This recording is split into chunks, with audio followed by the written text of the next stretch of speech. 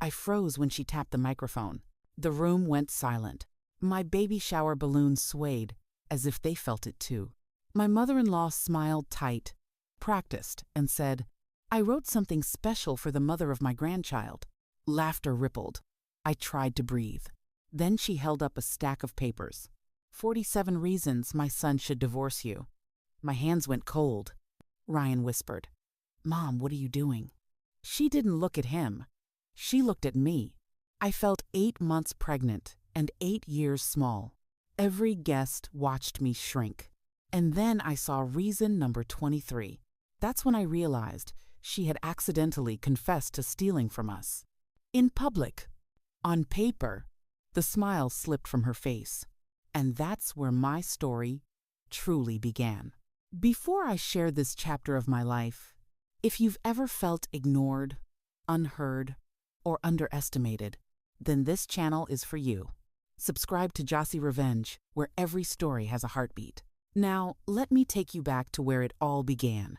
The invitation said celebration, but from the moment Patricia took over, it felt more like inspection.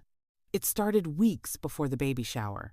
I remember sitting on our couch, feet swollen, baby kicking gently, when Ryan's phone buzzed again. His mother's name lit up the screen, Patricia calling for the 3rd time that evening.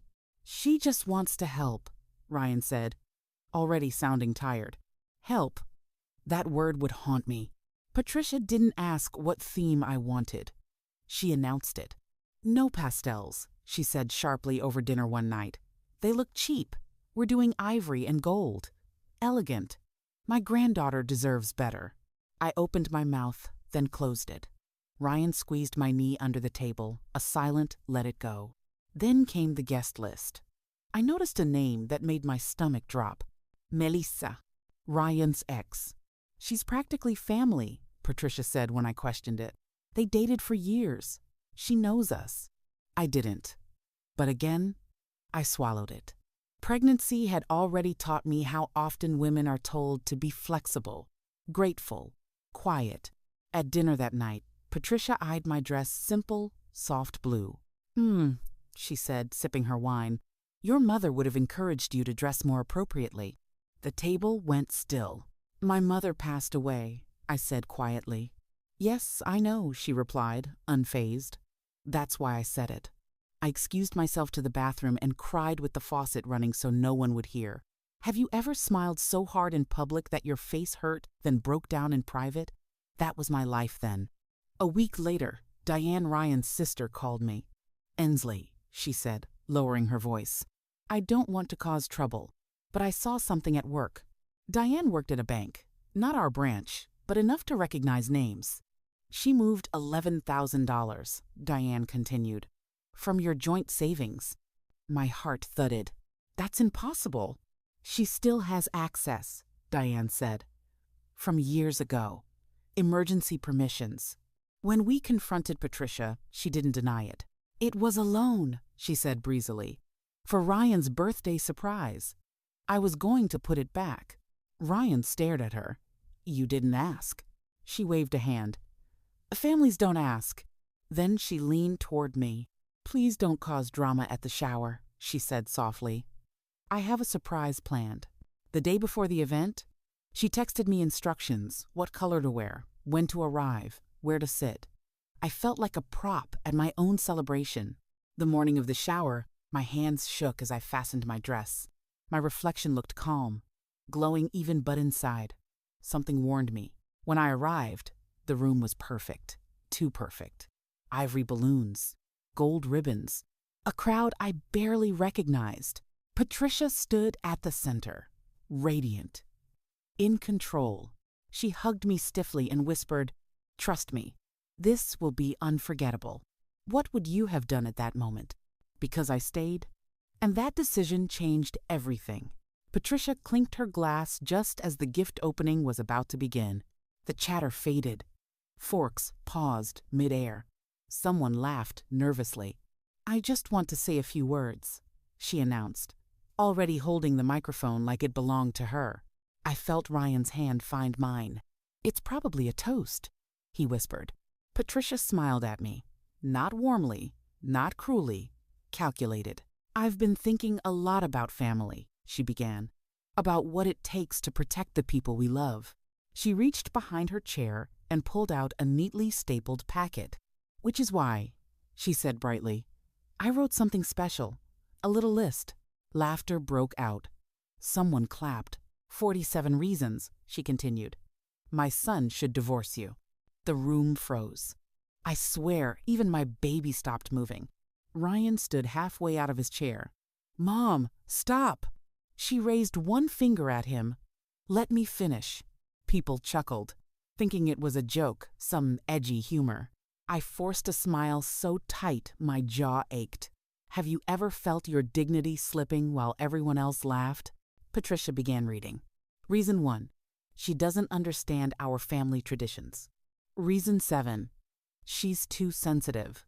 Reason 12. She dresses without thinking of our reputation. Each line landed like a slap disguised as a joke. My face burned. I stared at the tablecloth, counting breaths. 1, 2, 3. Then Diane appeared beside me, pale. "She's serious," she whispered. "And, Ensley, please be careful. She planned something bad." I looked up just as Patricia turned the page. "Now," she said, "number 23. My pulse roared in my ears. She caused unnecessary tension when I borrowed $11,000 from their joint savings money I was entitled to use for emergencies. The room went silent, dead silent. I stood up. My chair scraped loudly against the floor, the sound slicing through the shock. "Could you repeat that?" I asked, my voice calm in a way that surprised even me. Patricia blinked. "It's written right there." "So," I said slowly, turning to the guests, "you're admitting publicly that you took $11,000 from our account without permission." Gasps erupted. Ryan stepped forward. "You what?" Patricia's smile vanished. "Ryan, sweetheart, it wasn't like that." Aunt Margaret stood up from the back. "Oh, it was exactly like that." All eyes turned. "She did the same thing to me," Aunt Margaret continued, voice trembling but strong. "Accused me of stealing jewelry years ago, ruined my name. Later found it in her own drawer. No apology." Murmurs spread like wildfire. Melissa the ex looked stunned. "Wait, I was invited because you said Ensley was abusive to Ryan." I felt sick. "You said what?" Patricia backed up a step. "I was protecting my son." Ryan's voice cracked. "By humiliating my wife?" Someone handed me the microphone. My hand shook, but I didn't let go. "I didn't plan to speak today," I said. "But since my character is on trial, let's be honest." I read directly from her list. Number 23. Unauthorized withdrawal. Thank you for documenting the theft. Applause broke out. Real applause. Patricia looked around. Isolated. Ryan faced her. "You need to leave." She opened her mouth, closed it, picked up her purse, and walked out alone. Afterward, family members hugged me, even strangers. Diane cried into my shoulder. Melissa apologized over and over. That night, Ryan changed every account access. Patricia wired the money back, no apology attached. Weeks later, Diane called. "She's alone," she said quietly, and spiraling. I felt something loosen in my chest, not victory, relief. Months later, after Lily was born, a letter arrived. Real apologies, accountability, no excuses. We met. We set boundaries, hard ones. Forgiveness didn't mean forgetting. It meant choosing peace with protection. What would you have done if reading one line changed everything? Moral of story. When I look back now, I realize the list didn't break my marriage, it saved it. It forced the truth into the light. It taught me that silence is not peace, and endurance is not love. Boundaries are not cruelty, they are protection. Patricia's apology didn't erase the past, but it opened a door. Slowly, carefully, on our terms, and that was enough. Sometimes, the bravest thing you can do is stand up, while everyone expects you to sit quietly and smile. If my story touched you, hit that subscribe button for more emotional tales from Jossy Revenge. And even if it didn't, come on, subscribe anyway. I'll win you over next time. Drop a comment, like the video, and let's keep the stories alive. Thanks for watching.